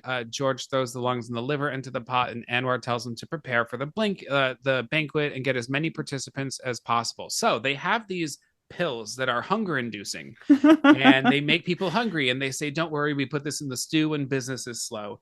And Is that just the MSG? I think that's just the MSG. honestly, you're probably not wrong. So the participants of the ceremony have to be ravaging the buffet, and while SHEETAR is eating the body of the virgin simultaneously. If they miss this window of opportunity with the moon and Jupiter aligned, there won't be another opportunity like this for a lifetime. Stan sneaks into the diner to get the secret recipe. He leaves Valentino in the car. Valentino is saying, "Don't do it, Stan! Stan, don't do it! Don't do it, Stan!" And he tells Valentino, "Honk if they come back," as though Valentino could honk a horn. So Michael and George have left. And Michael convinces the owners of Club Dread, "Let us throw this party, a Lumerian feast. I've got drugs. You can pass these out to all your people. They're going to be having a great time. You're going to make a ton of money." And while he's having this conversation, The band is warming up and practicing in the background, and George is dancing like a fucking idiot on the dance floor by himself. Yeah, he is. Just having the best time. He's always having the best time in this movie. That's true. George just loves life, you know, murdering, feeding people, wrestling. He loves all of it. I need some like inspirational posters with him on it where it's just like live, laugh, love. But with him, that would be perfect. Yeah. Well, I know what I'm getting everyone for Christmas then. Mark goes to visit Paul, the police officer from 20 years ago. He says, oh, this new case sounds a lot like Anwar Namtut. And we flash back to the night that Anwar was caught when he went to visit the boys. We see him walk out the door and the police shoot him down. It's nighttime now, though. In the opening scene of the movie, this all happened in the daytime. Continuity. And he looked him in the eyes and he could swear that he had this look in his eyes that said, one day, detective, I'll be back for you and your little girl too. Didn't even know I was going to have a little girl. And it turns out that his little girl is Connie. And we see a picture of her with a giant stuffed Mickey Mouse. There it is. And now we see the connection between Connie and the police officer. We cut to the wrestling match and it's completely unnecessary and completely out of place and goes on for like 3 minutes too long. So long. So much Nazi content. Georgie's wrestling character is Lou the Lumerian, claiming to be a direct descendant of ancient pharaohs. And he gets his ass kicked by Jimmy Hitler, who comes in with like a little cape and like one of those Nazi helmets that has a spike on top, you know? Yeah. Oh, yeah. And a Hitler stash. And he's got bleached blonde hair because he's Aryan, obviously. Oh, Lord. And gets his ass kicked. And I have to assume he did his own like wrestling stunts in this. They're not that bad, I gotta say. Like, if you're gonna do a pro wrestling scene in a movie, they did it pretty well. And Michael is cheering. Connie is like with it, I guess. And Michael distracts Jimmy Hitler with a slingshot of all things. I know. And while Jimmy Hitler is distracted, George puts him down in a pin, twists his leg, and takes a giant bite out of his calf. And blood starts spurting out, and it's spraying. Michael's cheering, and it starts spraying all over Connie. And Georgie like spits blood out into the audience, and it gets all over Connie, and she's real upset. Yeah, it's a mood ruiner for sure. Understandably so. Yeah. And gets if up the to leave. Nazi propaganda didn't get you, the cannibalism will. It's quite the first date. I mean, I've Truly. been worse. But So she says, take me home now. I want to go home. And he says, no, we're going to go back and celebrate. We just won the wrestling match. Lumerian feast night, blah, blah, blah. And she says, no, I want to go home. And he goes, well, I guess I have to. And then he punches her out and picks her up and explains to a passerby she can't stand the sight of blood. And they take her back to the diner. All right, so we cut to Sheba in the car, and she has to pull off her her earrings are the size of my fist. She has to pull off her clip-off earring because it's too big to fit her car phone on her ear. And Mark explains to her to look out for Namtut. Anwar Namtut was this killer 20 years ago. Sounds a lot like the current case. She writes it down and kind of like hangs it up on her rearview mirror. Michael and George pull up next to her in their van, and George starts making stupid faces at her, and she is not having it. She's eating a sandwich. He moons her and farts at her, and she throws the sandwich at his butt, which induces another fart. And then they speed off, and on the back of the van it says Tutman Cafe, and she looks at the back of the van and then at the word Namtut and realizes, like, she just suspects, oh shit, Tutman Cafe, that's who these kids are. She's smart. Mark is still on the phone with her while this is all happening, while she's getting mooned and everything. And Mark tells her, she tells Mark, meet me at the Tutman Cafe. So we've got about an hour before the moon is in Jupiter's path. They take Connie to the diner. They explain they're saving her for SHEETAR, and she's going to be real hungry when she wakes up. And he starts reading Egyptian from a book. They tell Uncle Anwar to say the magic words, but he doesn't reply. He's nowhere to be found. And then they realize that someone has broken in, and it is Stan from the diner around the corner. Stan has taken the jar, and there's this back and forth where they're all throwing food at him. And he, in order to escape, throws the jar at the boys. They catch it, but when he gets to the door, it is locked. And he reaches through the bars to unlock it with his right hand. And when he does, Michael has gone outside and grabs it and takes a giant cleaver and chops off his hand So when he said I'd give my right arm for that recipe, he actually really did. Damn. Yes, writing. That's called a callback, folks. But it doesn't end there. No. Stan gets into his car, and at a point, Michael takes Valentino and is like threatening Valentino's life, and Stan is voicing Valentino saying, "No, help me," while he's running for his own life. Whatever. Stan is missing an arm, gets into the car, can't get the car started. When he finally does, Michael chops off his other arm. Ridiculous. And so now he's trying to steer and he has no hands. Just with his bloody stumps. Because his bloody stumps are on on 10 and 2 of the wheel. They're spurting blood all over the windshield. And he can't see where he's going. And he says he's just mouthing off at these boys. And he very slowly crashes his car. Like, it is not a heavy impact at all. Crashes the car and expires. Yeah. Laugh a minute, this movie. We get, just for one more little micro aggression against gay people, Uncle Answar tells the boys, quit fagging around. Oh, that's right. Which is absolutely how I am gonna round up my guys the next time we're out and about at the gay bar. Yes. I love it. Reclamation. Yes. All right, so they go back into the diner. Sheba comes in and they capture her. She gets knocked out with a glass bottle and they hang her up on a meat hook. I guess not like through her back like Texas Chainsaw style. I think she's just like dangling, right? She doesn't seem injured. No. But they say SHEETAR will be hungry for a snack in the morning. So they drive to Club Dread, and in the van, they pull out the brain of the SHEETAR Frankenstein body, and they put Uncle Answar's brain inside of what is to be SHEETAR. And inside of the club, a rockabilly band called Dino Lee is performing, and he has the most Ariel, this one's a wig too. The most Get her, Rick! Get her! When I tell you it's a ridiculous over-the-top pompadour wig, listeners, triple whatever you're imagining in your head. Yeah. He wears like gold, like kind of armor with like a red robe over it. It's just bizarre. And he's being very inappropriate with a stick of bologna on stage and a meat cleaver with his dancers. His backup musicians, his band is all dressed as Hitler. And you don't really see them using their instruments, despite the fact that there's music playing, but they do this like bouncy up and down dance the entire time. And they're really sweaty.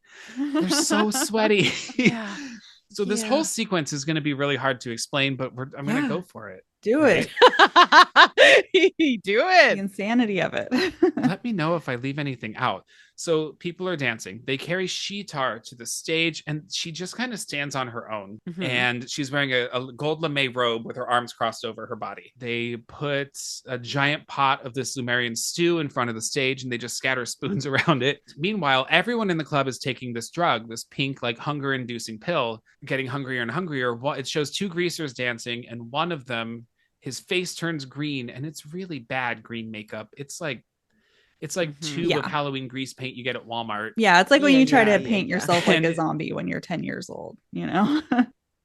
Right. Yeah, which I totally did. Yeah. I look just like this guy. And so he digs into the stew and he's like chewing on some guts. And then his greaser buddy turns green, but he's like it's like they use all of the green on this one guy, and then they just kind of use what they had left on the other guy. Like all of these green zombies that are about to happen are a different shade of green. And so his greaser buddy's eating a foot out of the stew. While this is happening, Michael starts reading from the book of SHEETAR, and one by one there are more and more zombies forming. They start eating each other. They're like biting each other's necks and pulling like stringy. I love that like 80s stringy neck bite where you just like pull out the jugular vein, you know? Yeah. While this is happening, we cut back and forth between dancing Hitlers to rockabilly wig guy to the cops. A sentence. To the cops coming in, to SHEETAR standing there in the corner to Connie being put on an altar in a white robe. And the music goes from the rockabilly song to a piece by Wagner, actually. And listen, I knew this piece because my mom had the soundtrack to, remember the movie Excalibur, that 80s King Arthur movie? Yeah. So Wagner, a lot of the soundtrack is Wagner. And so she couldn't find the actual soundtrack to it. So she found like a Wagner mixtape basically, and this classical piece was on it. But so it's cutting back and forth between rockabilly to Wagner to people screaming to people eating each other, and SHEETAR awakens and she starts looking around, and she's got these ugly, gnarly, like pointy, nasty teeth, and she opens up her gold lame robe, yes, to reveal a bare breast and a giant toothy vagina dentata. Yep. Vagina dentata, but like on her stomach. On her It's torso. vagina dentata. It's absolutely vagina dentata on her stomach. It's like James Woods in Videodrome, eat your heart out. Yeah. This one's amazing. so much cooler.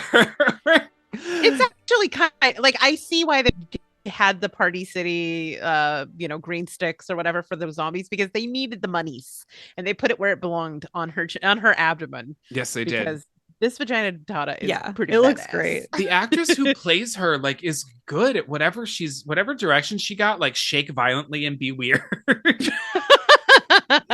While like green goose like slinks out of your mouth. Yeah. She does a great job with it. So she was pushing through the crowd, and Michael raises a knife to sacrifice the virgin, and Sheba shoots it out of his hand. And then Sheba does Sheba get shot in the shoulder? Yeah, I feel like think Sheba gets shot. Yes. Yeah. She does. But still, the rockabilly keeps going. All this chaos and madness is happening. And It's the 80s. Got a party. This is a Wednesday. They're on. Yeah, exactly. But before the cops came in, the door guy says, "I don't care who you are. We get killers in here all the time. You got to pay the fee." And she like pulls out her gun and goes, "Is this enough?" So I feel like this club is used to having some wild killer people in there. Full disclosure, I have this playing in a window on my screen, and it is wild to watch it again. One guy turns to a woman and says, "It's loud in here, huh? I think my ears are going to explode." And then SHEETAR shoots electricity at his head and his ears explode. That's called irony, folks. Mark is shooting zombies left and right. Somebody's head gets ripped off. Somebody's arm gets eaten. SHEETAR shoots electricity at the DJ booth and it explodes. And the singer shoots electricity at the singer's head and his giant pompadour head explodes. And we're back and forth. So the rockabilly is done and we're back to Wagner. And then SHEETAR explodes. And oh, no, wait. Before that, Michael gets shot. Oh, that's in the right. eyeball. Yes. Yeah. Yeah. Michael Gets shot. Yeah, and then it's actually, I'm not going to say touching, but it's like a good performance where Georgie is really upset. Yeah. You killed my brother, and he starts to kill Mark. He's got like a meat hook on a chain, and he digs it into his thigh and starts dragging him to the stage. And right before he shoves Mark, the cop, into the vagina dentata, Sheba comes around and kicks him in the face, and his head goes into the vagina dentata and gets bitten off. Cool. And it takes a long time. It's actually pretty awesome. I gotta say, like, the movie Teeth never delivered on something this extreme, and I'm really glad that Jackie Kong was able to capture what we all went to see Teeth for. Yep. Jackie Kong ran so that he could walk. Exactly. All right, so SHEETAR explodes, and the cops get out in time, but the chief pulls up right then, and he says, "Is everybody dead?" And she goes, "Well, I don't know about that monstrous thing on stage, but yeah, everybody else died." And Mark's like injured, and she tells Mark, "I'll buy you a cup of the finest hospital coffee in town." And they like giggle and walk off together. It's a buddy cop comedy at this point. The chief is walking through the remnants of this bloody massacre in the nightclub, and there's dead people everywhere. We see dead Nazis. We see body parts and limbs and heads and bad green face paint. One of them rises up and starts saying SHEETAR and immediately gets shot. in the head. And then we cut to what I'm assuming you're in LA. Like, is this Hollywood Boulevard? Yeah. Yeah. We cut to Hollywood Boulevard and we see a woman of the night in a red leather dress slinking down the street. We see her heels and it slides up her body, and we see the back of her head. She's got big 80s hair, and a convertible pulls in and a guy is driving. We actually saw him once briefly in the diner. I only noticed that this time I watched it. And he's like every villainous frat boy from the 80s. Yes. Like, if they were one person, would be in this car. But you know what's sad and funny is that they're exactly the same now as they were in the 80s. I guess that's true. Yeah. That's a pretty solid genre of dude. So he opens the door and he says the wonderful line, the great best pickup line, "Come on in, honey, I'm hot and bothered and horny." She gets in and he goes, "Hey baby, right before I stick my giant sausage in you, what do they call you?" And we see for the first time this woman's face, and it's SHEETAR. And SHEETAR lives. She's got her giant, scary, jagged, like pointy teeth. And in Uncle Anwar's voice, she says, "They call me SHEETAR." And then they just boy's like, cool. Let's go. Yeah, they just drive off together. He has no reaction to this whatsoever. Not the teeth, not the voice, nothing. It's all good. We get some doo-wop music and then instant blackout, and that is Blood Diner. That is Blood Diner. It's quite an ending. It's quite a film. It's quite an ending to quite a film. And God, if I don't enjoy it a little bit. More than a little bit. I don't know. I said I opened this with a trigger warning of this is just offensive all around, and it is. And I think like we all kind of said, or just you become numb to it at a point. A little bit. Yeah. And it's so like jam-packed full of insanity. I mean, you've got zombies and cannibalism and topless aerobics dancers and a brain in a jar and like a buddy cop comedy and weird wrestling. It's like all fit in this one movie, and somehow it just makes it more fun. I don't know. Every time I only seen this twice now, but I thought it was a blast both times. I just think it's so ridiculous that it ends up being like a really good time. It's like a so bad it's good kind of a movie, you know? For sure. Yeah. And sorry, go ahead, Ariel. And I think like you could definitely criticize the amount of like female nudity in this movie, the homophobic jokes. I mean, there's stuff that you could definitely point out.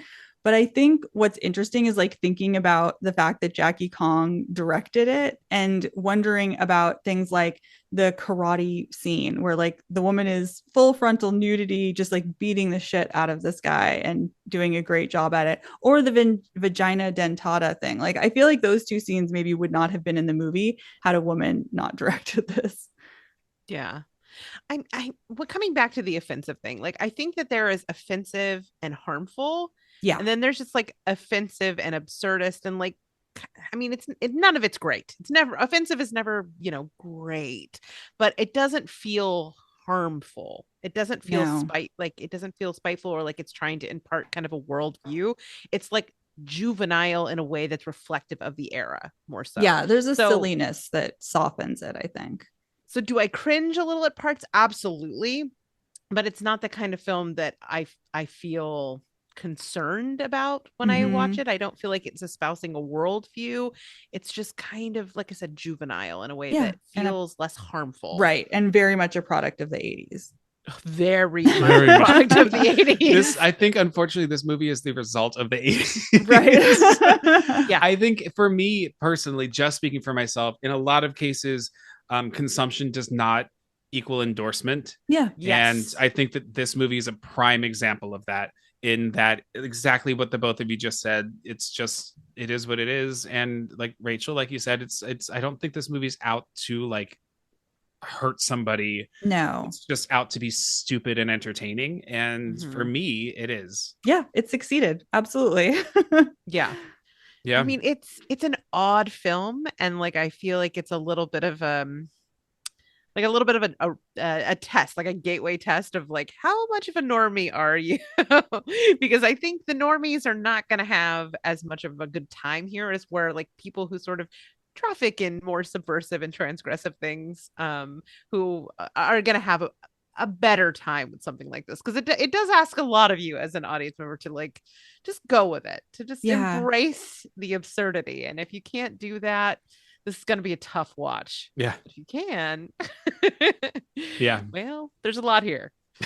Valentino. Sure Valentino. Basically, it's all a vehicle to get Valentino to the puppet. Your brain. Yeah. Like, what happens to Valentino? We never find out. You know Good what? question. I'm going to say his life story. If Mark was always pursuing Sheba and Sheba was clearly not interested, but she did like show a little bit of interest in Valentino, I'm going to say she goes back and Valentino and Sheba live happily ever after. Oh my goodness. I like this. Yeah. This Can we get the rom-com of Yeah. Sheba and now the Stan puppet? is no longer in the way holding Valentino back because he's missing hands and died in a car accident. So right. You're right. He's been set free. He's unleashed on the world. Yeah. I'm into it. I think support it. That's the movie that's better than Platoon. That is the movie that's better than Platoon. All right, listen. He rocks a hat. He rocks a hat like nobody else. We do. It sounds like we all enjoyed this movie. On this show, we have a quick rating system. A movie's either a trick, which means it's okay, or it's a treat, which means you love it, or it's a smell my feet, which means it sucks. Okay. How do you feel?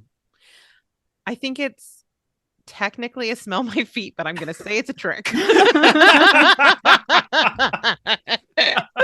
I don't know. I think I'm going full treat on this one. It's not a great movie. It for sure is not, but I had so much fun watching it. And that's kind of all that matters to me right now. It was just fun. It's joyful. I liked it. Yeah. I'm gonna call it like low end of treat, high end of trick. You know? Yeah, that's fair. That's a highly Totally recommended trick. Like, you know, again, you can't just show this to anybody. And you know, certainly not a group of your classmates, some who are like 18 years old. To my listeners who maybe are curious about visiting this, if you watch this movie, I feel like you're gonna learn a lot about me just by watching that. Right. Yeah. And that's what I have for you. I'm so grateful to both of you for taking the time to be on the show. It really meant a lot to me. I really am a big fan of you both and your show. I learn a ton from you. And so thank you for truly the wonderful work that you do. Oh, thank you so much. That means so much to hear that, because a lot of times you're podcasting and you're just like shouting into the void. It's always nice to know people are listening, but thank you so much for inviting us on too. This was a blast. We had such a good time. Yeah, it was really nice to come on and to get to meet you, and everything you said really does mean so much. And I hope it's the beginning of a friendship, because you're amazing and I would love to hang out with you again. You'll have to come on more Deadly. Yes. I would love that. We're gonna pick out some dates for sure. I do. I love how like supportive and representative you are of the queer community. So thank you for that as well. I just adore you already. And I just met. Will you please tell my listeners where they can stalk you? Yeah. So you can find the Zombie Girls Network anywhere that you get podcasts. It's GRRLZ is how we spell the girls part, like girls. Our show, More Deadly, you can also find that anywhere. And then on social media, you can follow us at ZG Podcasts on Twitter and Instagram. You can see what we're up to. Right now, we're doing a ton of Women in Horror Month stuff. So we've been having a really good time with that. Yes. We fully embrace benevolent stalking on social media. So feel free. I said that a couple weeks ago to my guest, and then I got a message and he was like, you don't have to cut it, but I did actually have a stalker at one point. And I was Yikes. Yeah, so I did cut it for him. Anyway, you're fine. Why don't you just follow these new friends? How does that sound, guys? And I thank you so much. You can follow me, Ricky, at Rick the letter R Treat on Instagram. That's my account, or Rick or Treat Pod on Instagram. My website, Rick or Treat, is going to launch any day now. My friend Evelyn DeVere, wonderful friend of mine, has designed it, and I'm going to have merch soon. And stay tuned. We're coming up over the summer. I'm going to do a month of animal attack movies, and then I'm going to do a month of psychosexual thrillers. I'm calling it Psychosexual Summer. So that's exciting. The Hand That Rocks the Cradle, or Single White Female. Yeah, I know. All these movies that I watched growing up, like the censored versions on like TBS, and then watched them as an adult and never realized how bonkers they were. You need to watch The Baby. That's what you need to watch. Have you seen it? No. I think it's on Shudder. It's from the 70s, and it is You need to watch The Baby. I'm literally gonna watch that right now as soon as we hang up. It's really something. Cool. I can't wait. Thanks for the recommendation. And thanks again for being on the show. And Yeah, thank you, thanks for having listeners. And we'll see y'all later, spookies. Bye, everybody. Bye. Thanks for coming Rick or Treating. You can follow the show on Instagram at Rick or Treat Pod. It'd be a real scream if you'd take a moment to subscribe, rate, and review the show on whatever platform you're listening on. The show's spooky intro and outro music is a cover of Camille Saint-Saëns' Danse Macabre, with orchestrations composed and performed by Lestat von Monlicht. Links to the artist's music can be found in the episode description. Check him out, he's frighteningly talented. Rick or Treat Horrorcast is independently produced by me, Ricky J. Duarte of Rick or Treat Productions. If you like what you heard, tell a friend. If you didn't, well, they're coming to get you, listener.